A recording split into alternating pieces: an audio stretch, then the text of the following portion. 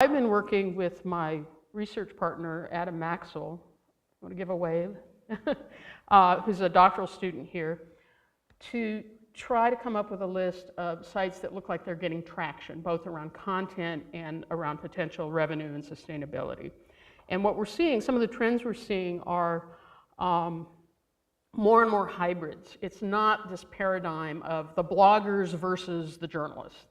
I think, the unfortunate displacement of many professional journalists has meant that they are more willing to work with the citizen sites, to work together to cover community news. So that's a really, I think, really nice development.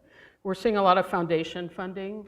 I was saying earlier, it's like the foundations are like the venture capitalists of the nonprofit news sector.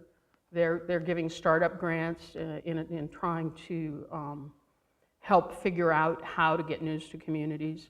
We're seeing more and more sites that mix community building with professional journalism, and we're going to talk quite a bit more about that later.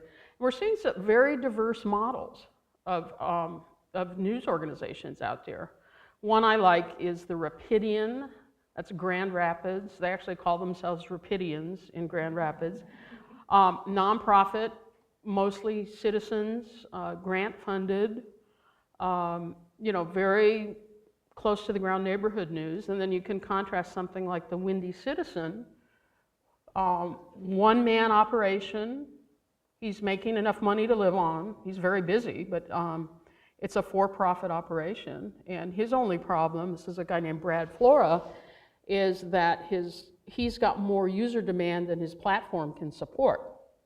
So he had to go out and find funding to rebuild the site because so many people wanted to be on it. So that's an interesting development in Chicago. Some other trends we're seeing, the sites tend to be niche. They tend to be highly local. Those of us who come out of the newspaper world and we're looking for comprehensive coverage find that a little bit scary, but I think the technology more and more enables us to kind of stitch things together. So the fact that there are a lot of little sites out there is not necessarily a bad thing. Frequency varies. Daily doesn't really mean a lot anymore. A lot of the sites are updating multiple times a day. Some of the sites maybe 3 times a week, but they're consistent. That's one of the things we were looking for, was consistency rather than frequency. News entrepreneurs, a lot of entrepreneurial people are coming into the mix. A lot of tech-savvy people are coming into the mix. And that's really helping make these organizations more viable. Sustainability is still a huge question. And I'm sorry, I don't have the answers. That's maybe the next fellowship or whatever, but